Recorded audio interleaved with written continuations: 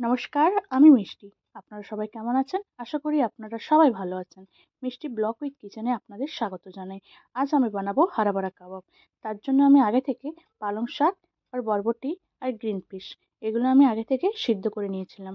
সিদ্ধ করে ঠান্ডা করে রাখার জন্য রেখে দিয়েছিলাম থালার মধ্যে। তারপর আমি এটাকে পেস্ট করে নেব। তো পেস্ট ভালো করে মিহি করে পেস্ট করে নিতে হবে আমাকে। দেখুন আমি এখানে নিয়ে নিয়েছি পেস্ট করার জন্য। আর এখানে আমি ফ্রাই প্যানে নিয়ে নিয়েছি হাফ চামচ ঘি, হাফ চামচ জিরে। আর এখানে ভালো করে ফ্রাই হওয়ার পর এখানে আমি 6টা থেকে 7টা আমি নিয়ে নিয়েছি রসুন কোয়া, আদা আর কাঁচা লঙ্কা। এটা আমি হালকা ফ্রাই করে নেব যাতে এতে স্মেল না আসে, কাঁচা কোনো গন্ধ। তো দেখুন এটা আমার প্রায় ভাজা হয়ে গেছে। ভালো করে এটা হালকা আমি 2 থেকে 3 মিনিট এটা ভালো করে আমি ভাজা করে নেব। এবার দেখুন এটা আমার ভাজা হয়ে গেছে। এবার আমি এগুলো সব মিক্সিতে দিয়ে দিয়েছি। মিক্সিতে দেওয়ার পর এটা আমি পেস্ট করে নেব। দেখুন আমি মিহি করে পেস্ট করে নিয়েছি। এবার এখানে আমি বড় চামচের 2 চামচ ঘি দিয়ে দিয়েছি। দিয়ে দেওয়ার পর এবার আমি যে পেস্ট ছিল আমার, সেই পেস্টগুলো আমি ঘিয়ের মধ্যে দিয়ে ভালো করে ভেজে নেব। এতে এখানে কোনো আদা রসুনের কোনো কাঁচা স্মেল আসবে না। ভালো করে সব কিছু আমার মিশে যাবে একসাথে। এবার এখানে আমি হাফ চামচ জিরে গুঁড়ো, হাফ চামচ ধনে গুঁড়ো, আর আমি এখানে গরম মশলা গুঁড়ো আর হাফ চামচ লঙ্কার গুঁড়ো আর দিয়ে দিয়েছি হাফ চামচের কম এখানে দিয়ে দিয়েছি চিনি। আর এখানে আমি আগে থেকে সিদ্ধ করে রেখেছিলাম আলু। ম্যাশ করে ভালো করে এটা আমি নাড়াচাড়ি করে নিয়েছি। করে দেখুন আমার পুরো পারফেক্ট তৈরি হয়ে গেছে কাবাব বানানোর জন্য। আর এখানে আমি বেসন নিয়েছি 4 চামচ। আপনারা পরিমাণ মতো বেসন নেবেন। আর এখানে আমি বেসনটা হালকা আমি ভেজে নিয়েছি, কারণ কাঁচা বেসন দিলে এখানে গন্ধ হয় আর ভাজা বেসন দিলে গন্ধ হয় না।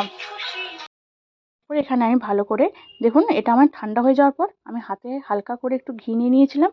তারপর এটা আমি ভালো করে কাবাব সাইজের মতো শেপ নিয়ে নেব। আপনারা চাইলে আপনাদের মতো করে শেপ করতে পারেন। আর এখানে আমি ক্যাজু রেখেছিলাম, হাফ হাফ ক্যাজু করে এটা আমি ভালো করে গোল করে নিয়েছি, আমার মতো করে শেপ করেছি। আপনারা আপনাদের পছন্দ মতো শেপ করতে পারেন।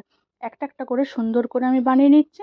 এটা খেতে যতটা সুস্বাদু হবে আর বানাতে খুবই কম টাইম লাগবে। আপনারা অল্প খরচেই বাড়িতে বানিয়ে নিতে পারবেন।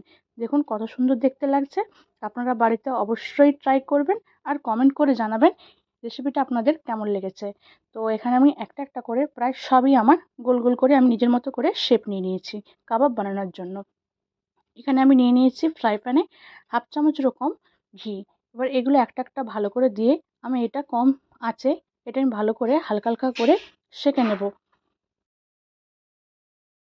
2 থেকে 3 মিনিট এটা আমি ভালো করে আঁচে এটা আমি হালকা ফ্রাই করে নেব।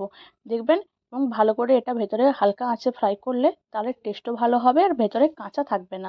আর এখানে আমি বানাবো ধনেপাতার চাটনি। তার জন্য আমি রসুন নিয়ে নিয়েছি, আদা নিয়ে নিয়েছি আর নিয়ে নিয়েছি কাঁচা লঙ্কা আর দই দিয়ে এখানে আমি চাটনি বানিয়ে ফেলেছি।